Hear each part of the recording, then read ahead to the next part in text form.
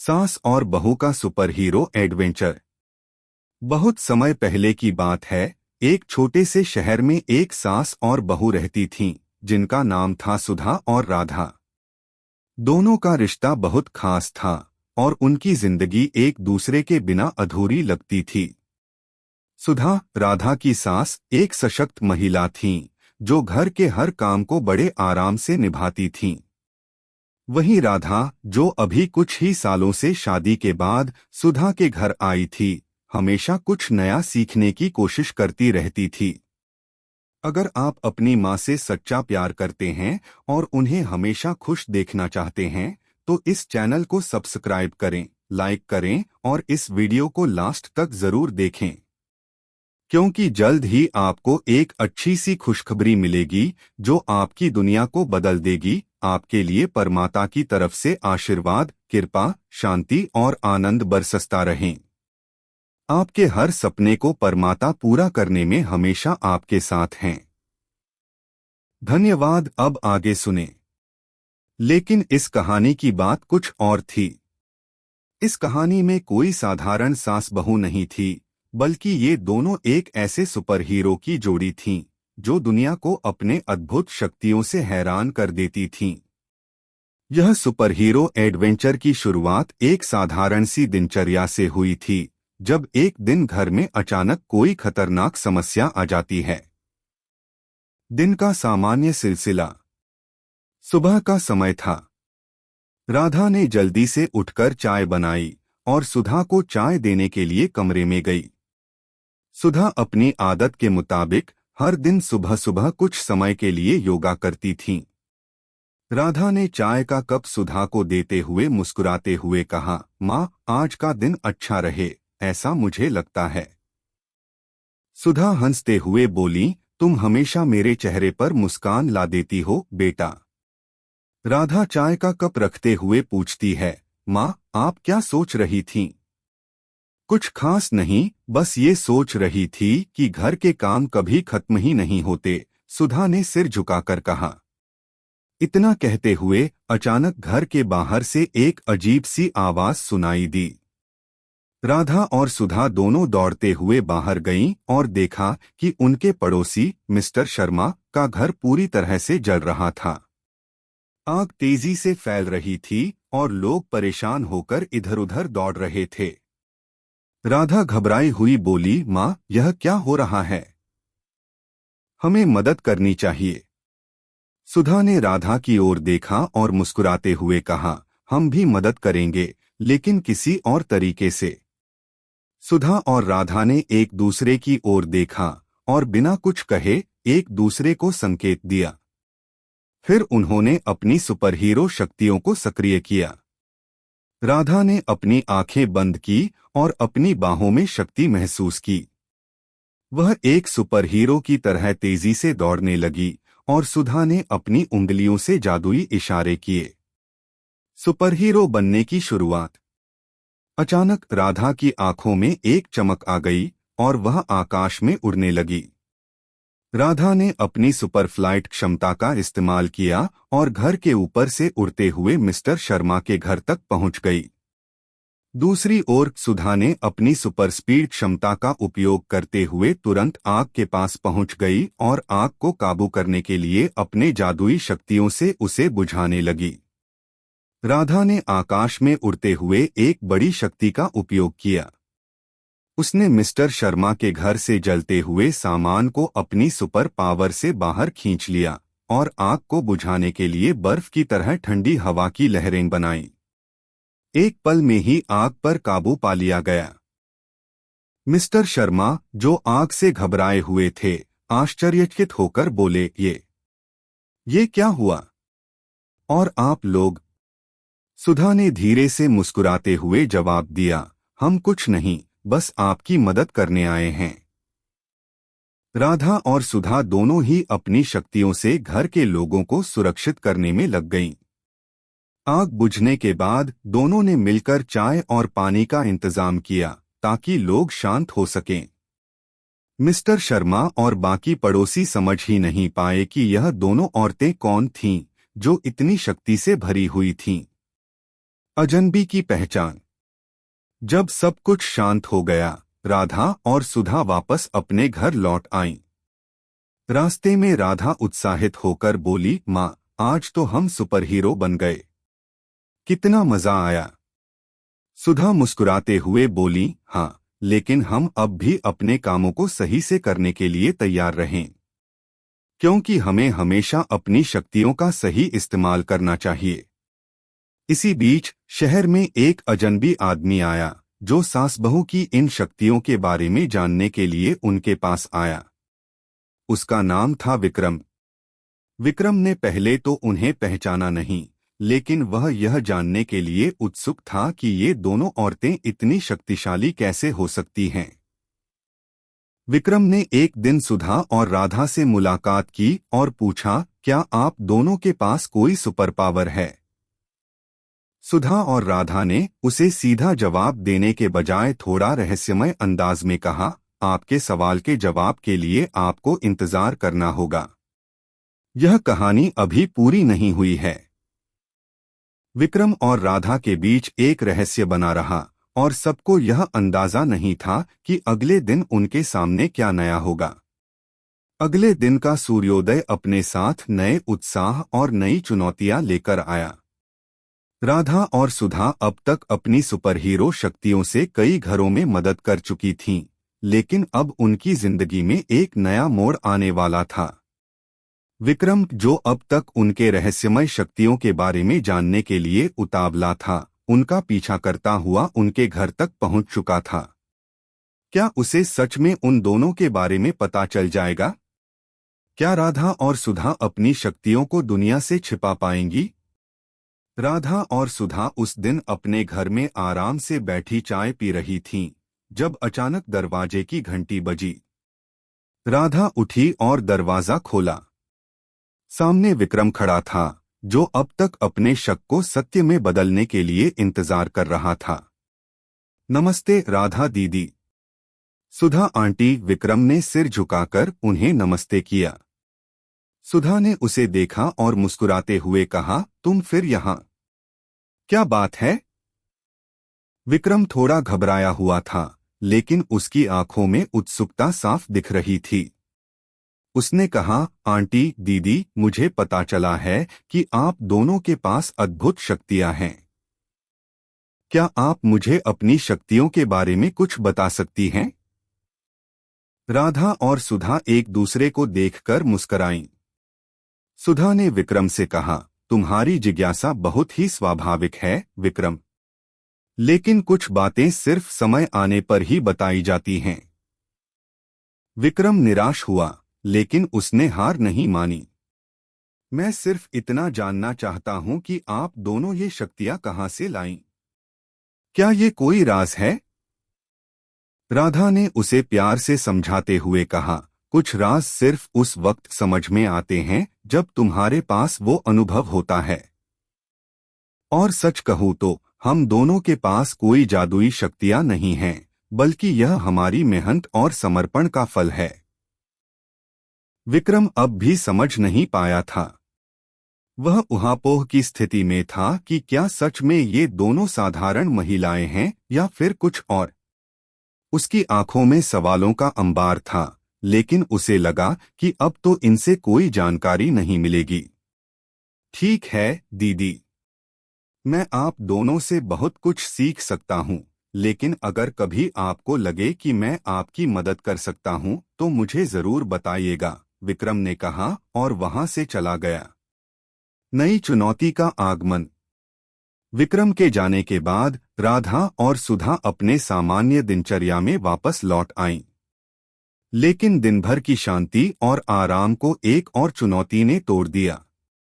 उस दिन शाम को जब राधा और सुधा बाजार जा रही थीं, अचानक उनके रास्ते में एक अजीब सा दृश्य दिखाई दिया। एक गहरे बादल ने आसमान को पूरी तरह से घेर लिया था और हवा भी तेज हो गई थी। राधा को समझते देर नहीं लगी कि कुछ तो गड़बड़ है। सुधा ने उसकी ओर देखा और बोली, यह कोई सामान्य तूफान नहीं है, राधा। हमें इसका सामना करना होगा। तभी एक बड़ी सी हलचल के साथ एक विशालकाय राक्षस जैसा प्राणी उनके सामने आ खड़ा हुआ। वह राक्षस बहुत ही डरावना था। उसकी आंखों से आग की लपटें निकल रही थीं और उसका आकार बहुत विशाल था। राधा और सुधा दोनों ही चौकस हो गईं। यह कौन है? राधा ने घबराते हुए पूछा। सुधा ने गंभीर होते हुए कहा, यह एक जादुई प्राणी है जो इस इलाके में आतंक फैलाने के लिए आया है। हमें इसे रोकने के लिए अपनी शक्तियां पूरी तरह से इस्तेमाल करनी होंगी। राधा ने अपनी आंखें बंद कीं और अपनी सुपर पावर को महसूस किया। उसी वक्त उसने खुद को आकाश में उड़ते हुए पाया। सुधा ने भी अपनी शक्तियों का इस्तेमाल किया और जादुई इशारे करने लगी। राधा ने हवा में उड़ते हुए उस राक्षस पर हमला किया। उसने अपने हाथों से एक शक्तिशाली बिजली की लहर भेजी जिससे राक्षस थोड़ा चौंका। लेकिन राक्षस भी हार मानने वाला नहीं था। वह और अधिक ताकत से हमला करने लगा। उसने अपनी बड़ी सी पूंछ से इधर-उधर लहराया और जमीन को हिलाने लगा। राधा ने अपनी शक्तियों का और अधिक इस्तेमाल किया और राक्षस की पूंछ को काटने में सफल रही। सुधा ने तुरंत राक्षस को ठंडा करने के लिए अपनी जादुई शक्ति से बर्फ की बर्फीली लहरें भेजीं जो राक्षस को जकड़ने लगीं। राक्षस गुस्से में बड़बड़ाते हुए वहां से भाग खड़ा हुआ। राधा और सुधा ने एक दूसरे की ओर देखा और मुस्कुराए। हमने यह किया, राधा ने खुशी से कहा। हमने नहीं, राधा। हम दोनों ने मिलकर किया, सुधा ने उत्तर दिया। लेकिन हमें यह नहीं भूलना चाहिए कि हम हमेशा एक दूसरे के साथ मिलकर ही आगे बढ़ सकते हैं। नया दुश्मन। सिर्फ एक दिन में उन्होंने अपने शक्तियों से दो बड़ी चुनौतियों का सामना किया था। लेकिन यह सिर्फ शुरुआत थी। उनके सामने अब एक और कठिन स्थिति थी। राक्षस के जाने के बाद धीरे धीरे शहर में और भी रहस्यमय घटनाएं होने लगीं। कोई तो था जो उन्हें छिप छिप कर देख रहा था, और यह कोई और नहीं बल्कि विक्रम था। विक्रम, जो अब तक चुप था, अपने अंदर के राज को खोजने के लिए जिद्दी हो चुका था। उसने यह महसूस किया था कि इन दोनों के पास कुछ और भी है जिसे वे छिपाकर रखते हैं। क्या विक्रम सच में इनकी पहचान जान पाएगा? और क्या राधा और सुधा उसे अपने रहस्यों से अवगत कराएंगी? राधा और सुधा के सुपर हीरो एडवेंचर में दिन प्रतिदिन एक नया मोड़ आता जा रहा था। शहर में धीरे धीरे रहस्यमय घटनाएं घट रही थीं, और इन घटनाओं ने न केवल उनके जीवन को बदल दिया था, बल्कि उन पर लगातार दबाव भी बना रही थीं। विक्रम, जो पहले से ही उनके रहस्यों के बारे में जानने की कोशिश कर रहा था, अब और भी जिज्ञासु हो चुका था। क्या वह सच में उनके रहस्यों को जान पाएगा? क्या राधा और सुधा अपनी शक्तियों को दुनिया से छिपा पाएंगी? इन सवालों का जवाब अब धीरे धीरे सामने आ रहा था। विक्रम की जिद। राधा और सुधा के लिए यह दिन सामान्य दिन की तरह शुरू हुआ था। राधा सुबह जल्दी उठी और चाय बनाई, जबकि सुधा अपना नियमित योगाभ्यास कर रही थी। लेकिन अचानक उनकी चाय के कप के साथ ही उनका ध्यान एक नई समस्या पर केंद्रित हो गया। विक्रम, जो अब तक उनके रहस्यों से अनजान था, उनके घर के पास खड़ा था। उसकी आंखों में एक गंभीरता थी और वह बिना किसी संकोच के सीधे उनके पास पहुंच गया। दीदी, आंटी, मुझे आपसे कुछ जरूरी बात करनी है, विक्रम ने घबराते हुए कहा। राधा और सुधा ने एक दूसरे को देखा और फिर विक्रम से कहा, क्या बात है, विक्रम? विक्रम ने धीमी आवाज में कहा, मैं जानता हूं कि आप दोनों के पास कोई खास शक्ति है। आप मुझे सच बताइए, क्या आप दोनों सुपर हीरो हैं? सुधा और राधा एक पल के लिए चुप हो गईं। फिर सुधा ने उसे प्यार से समझाया, विक्रम, हम तुम्हें अभी सब कुछ नहीं बता सकते। यह सिर्फ हमारी शक्तियां नहीं, बल्कि एक बड़ा जिम्मेदारी भी है। राधा ने भी कहा, लेकिन हम तुमसे एक वादा करते हैं कि जब समय आएगा, हम तुम्हें सब कुछ बताएंगे। विक्रम थोड़ी देर तक चुप रहा, फिर उसने कहा, ठीक है दीदी आंटी, लेकिन अगर आप मुझे कभी जरूरत महसूस करें तो मैं हमेशा आपके साथ हूँ। इस पर सुधा और राधा दोनों ने उसे धन्यवाद कहा और विक्रम वहां से चला गया। नया संकट। विक्रम के जाने के बाद राधा और सुधा ने सोचा कि अब शायद कुछ दिनों तक शांति रहेगी, लेकिन उनका यह अनुमान गलत था। जैसे ही सूरज ढलने को हुआ, एक नया संकट खड़ा हो गया। रात के अंधेरे में एक विशालकाय काले धुएं का गुबार उठने लगा। यह धुआं इतना घना था कि शहर में अंधेरा छा गया था। लोग घबराए हुए अपने घरों से बाहर आ गए। सुधा और राधा दोनों ही तुरंत बाहर निकलीं और देखा कि शहर के बीचों बीच एक विशालकाय राक्षस खड़ा था, जो आसपास के सभी भवनों को नष्ट कर रहा था। उसकी आंखों से आग निकल रही थी और उसकी आवाज से पूरी मीन कांप रही थी। यह वही राक्षस था जो पहले भी शहर में आतंक फैला चुका था, लेकिन इस बार वह और भी ताकतवर था। राधा ने सुधा की ओर देखा और कहा, माँ, यह राक्षस पहले से भी ज्यादा शक्तिशाली लग रहा है। हमें अब उसे रोकने के लिए अपनी पूरी ताकत लगानी होगी। सुधा ने सिर हिलाया और कहा, हमें इस बार राक्षस को पूरी तरह से नष्ट करना होगा, वरना वह पूरे शहर को तहस-नहस कर देगा। राधा ने अपनी आंखें बंद कीं और अपनी शक्तियों को महसूस करना शुरू किया। वह तुरंत आकाश में उड़ने लगी और राक्षस पर हमला करने के लिए अपनी ऊर्जा इकट्ठा करने लगी। वहीं सुधा ने अपनी शक्तियों को एकजुट किया और राक्षस पर जादुई बर्फ की बर्फीली लहरें भेज दीं, जिससे राक्षस थोड़ी देर के लिए जकड़ा हुआ सा महसूस हुआ।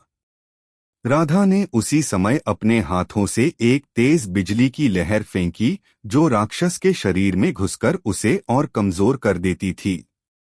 राक्षस बड़बड़ाते हुए क्रोधित हो उठा और उसने अपनी पूंछ से राधा को जोर से हिलाया, जिससे वह कुछ समय के लिए संतुलन खो बैठी। राधा फिर से अपनी जगह पर खड़ी हो गई और पूरी ताकत से एक शक्तिशाली वायु तूफान बनाकर राक्षस की दिशा में फेंक दिया। इस बार राक्षस को रोक पाना मुश्किल हो गया था। विक्रम का फैसला।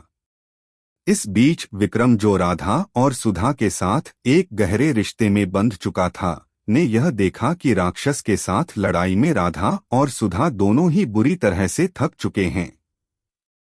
उसे यह समझ में आ गया कि अब अगर वह इनकी मदद नहीं करेगा तो पूरी शहर को खतरा हो सकता है। विक्रम ने फैसला किया कि वह राक्षस के खिलाफ कुछ करेगा।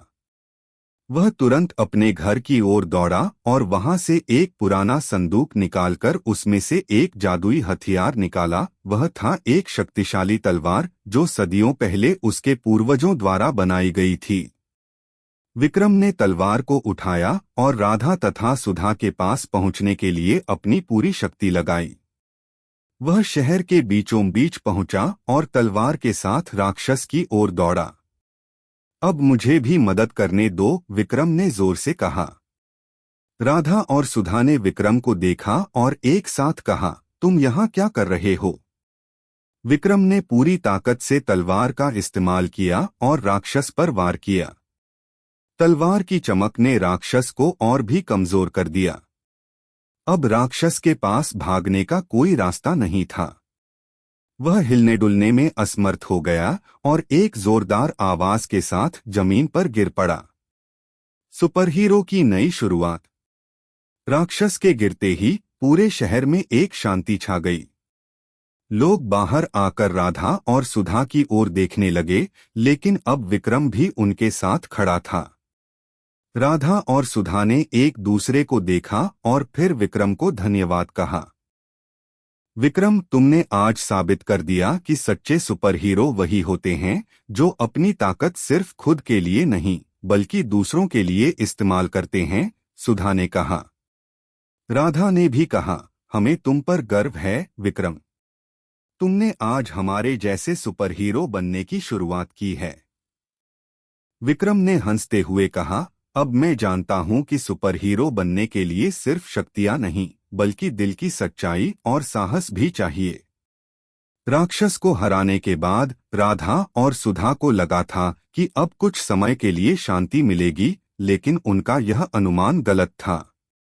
विक्रम, जो अब उनकी टीम का हिस्सा बन चुका था, उनकी मदद से उनके सामने एक नया खतरा था, और यह खतरा बहुत बड़ा था। इस बार उन्हें सिर्फ अपनी शक्तियों का ही नहीं, बल्कि अपने रिश्तों और अपने दिल की सच्चाई का भी सामना करना था। नई शक्ति का आगमन। राधा, सुधा और विक्रम ने मिलकर राक्षस को पराजित किया था, लेकिन वे यह नहीं जानते थे कि इस लड़ाई ने एक नई शक्ति को जागृत कर दिया है। यह शक्ति न केवल उनके लिए, बल्कि पूरी दुनिया के लिए एक बड़ी चुनौती बनने वाली थी। शहर में अचानक एक अजीब सी हलचल महसूस होने लगी। हवा में अजीब सी गंध थी, और हर जगह एक रहस्यमय अंधेरा छा गया था। जैसे ही राधा और सुधा बाहर निकलीं, उन्होंने देखा कि आकाश में एक काला बादल तैर रहा था और जमीन पर बर्फ की परत बिछने लगी थी। यह क्या हो रहा है? राधा ने घबराते हुए पूछा। सुधा ने गंभीरता से जवाब दिया, कुछ बहुत बड़ा होने वाला है। हमें इसका तुरंत हल निकालना होगा। विक्रम, जो अब पूरी तरह से उनकी टीम का हिस्सा बन चुका था, तेजी से बोला, आंटी, दीदी, मुझे लगता है कि यह वही शक्ति है जिसे हमने पिछले हमलों में महसूस किया था। यह कोई साधारण घटना नहीं है। तभी एक भयानक आवाज सुनाई दी। वह आवाज जैसे ही सुनाई दी, राधा और सुधा ने महसूस किया कि यह आवाज उनके अंदर की शक्तियों से जुड़ी हुई थी। यह आवाज एक नए दुश्मन की थी, जिसने अपनी शक्ति से पूरे शहर को जकड़ लिया था। नए दुश्मन की पहचान। यह नया दुश्मन कोई और नहीं, बल्कि एक अंधेरे जादूगर था, जिसका नाम कालधारी था। कालधारी एक प्राचीन जादूगर था, जिसने कई सालों पहले अपनी शक्तियों को सशक्त करने के लिए एक बुरी शक्ति का दान लिया था। उस दान के कारण उसकी शक्तियां अनगिनत हो गई थीं, और उसने दुनिया को अपनी बुरी योजनाओं के तहत नष्ट करने का मन बना लिया था। राधा और सुधा, जिन्होंने पहले कभी कालधारी के बारे में नहीं सुना था, अब उसे अपनी आंखों के सामने खड़ा देख रहे थे। कालधारी ने एक खौफनाक हंसी के साथ कहा, तुम दोनों ने मेरी योजनाओं को विफल किया है, लेकिन अब तुम्हारी बारी है। मैं तुम्हें और तुम्हारी शक्तियों को नष्ट कर दूंगा। विक्रम ने जादूगर को चुनौती देते हुए कहा, हम तुम्हें यहां नहीं जीतने देंगे। तुम अपनी सारी शक्तियां बर्बाद कर दोगे। कालधारी ने अपनी शक्तियों का इस्तेमाल करते हुए पूरे शहर को एक विशालकाय अंधेरे में डुबो दिया। उसकी आंखों से ज्वाला की लपटें निकल रही थीं, और उसका चेहरा घने बादल के जैसे काले थे। एक नई लड़ाई की शुरुआत। राधा, सुधा और विक्रम अब पूरी तरह से तैयार थे। यह केवल उनकी शक्तियों की लड़ाई नहीं थी, बल्कि उनके दिल की सच्चाई और उनके रिश्तों की भी परीक्षा थी। सुधा ने राधा और विक्रम की तरफ देखा और कहा, हमें अब मिलकर काम करना होगा। हमें अपनी पूरी ताकत से लड़ना होगा। विक्रम ने कहा, आंटी, दीदी, हम एक टीम हैं। हमें इस जादूगर को हराने के लिए एकजुट होकर काम करना होगा। राधा ने गहरी सांस ली और अपनी पूरी शक्तियों का संकलन किया।